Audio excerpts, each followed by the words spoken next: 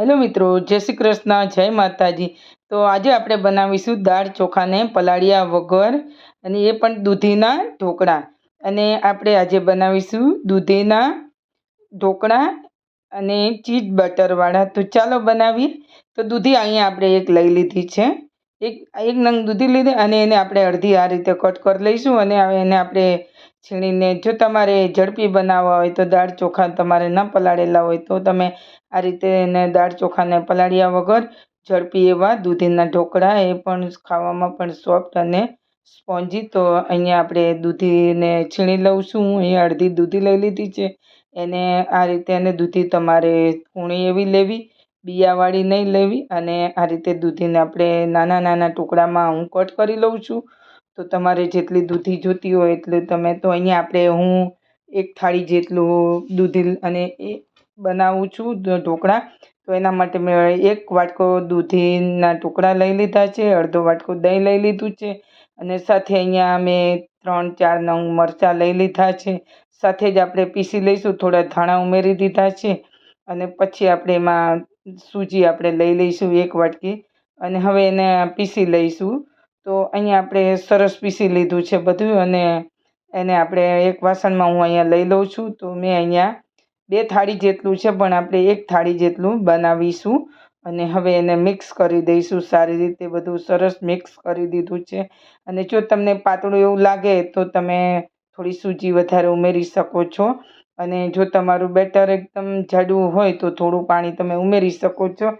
અને હવે આપણે થોડું તેલ ઉમેરી દઈશું. તેલ અહીંયા લઈ લીધું છે, અને સરસ રીતે બધું આપણે મિક્સ કરી દેવાનું છે.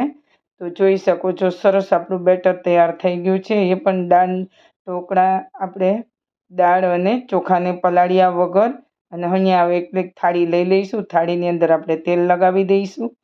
અને હવે એના આપણે જે ઢોકળાનું બેટર છે એને આ રીતે સરખું ચલાવીને જેટલું જોશે એટલું આપણે, હું અહીંયા 1 વાટકામાં લઈ લઉં છું. 1 થાળીની અંદર આવે એટલે આપણે 1 થાળીમાં બનાવીશું. તો અહીંયા મેં નાની થાળી છે એટલે મેં આટલું મૂકી દઉં છું. અને હવે આપણે એમાં થોડો સોડા ઉમેરીશું. તમે જો તમારે ઈનો ઉમેરવો હોય તો તમે ઈનો પણ લઈ શકો છો, પણ અહીંયા આપણે સોડા લીધેલા છે ખાવાના.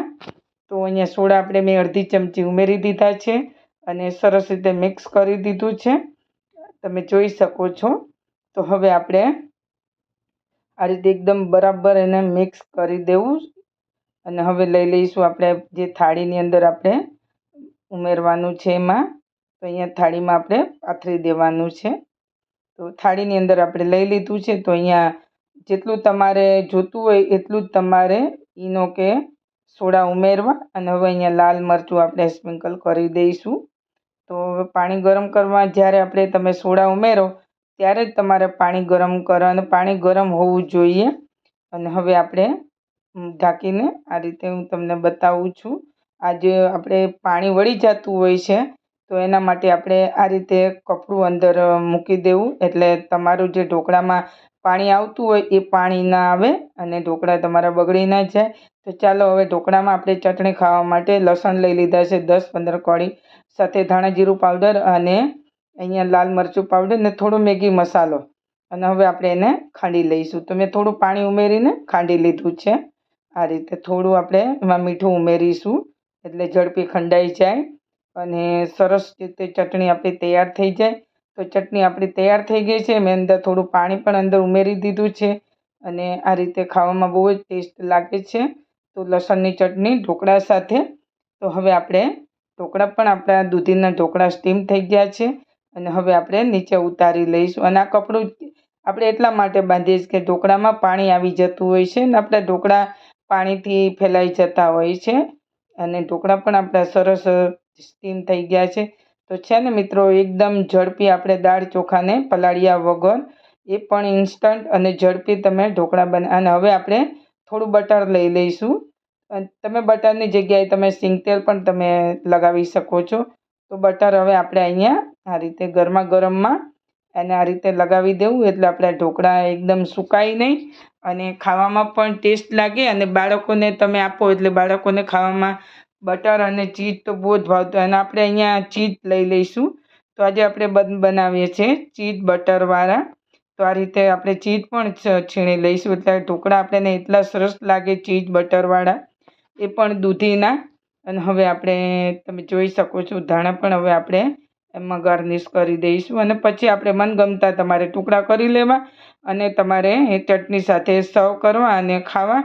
તો છે ને મિત્રો, એકદમ ઇઝી ચીઝ બટર અને દૂધીના ઢોકળા, અને એ પણ આપણે દાળ ચોખાને પલાળ્યા વગર. તો છે ને ઇન્સ્ટન્ટ ઝડપી બની જાય એવા. તો અહીંયા હું તમને તોડીને બતાવું છું અને તમે જોઈ શકો છો ઢોકળાની સાઈઝ તમે. તો હવે આપણે એને પ્લેટમાં લઈ લઈશું.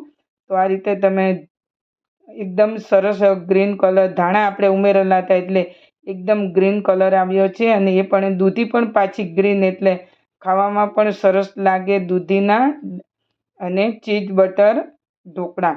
તો છે ને મિત્રો, ઝડપી તમે આ રીતે બનાવીને ખાઈ શકો. હું તમને એક તોડીને બતાવું છું.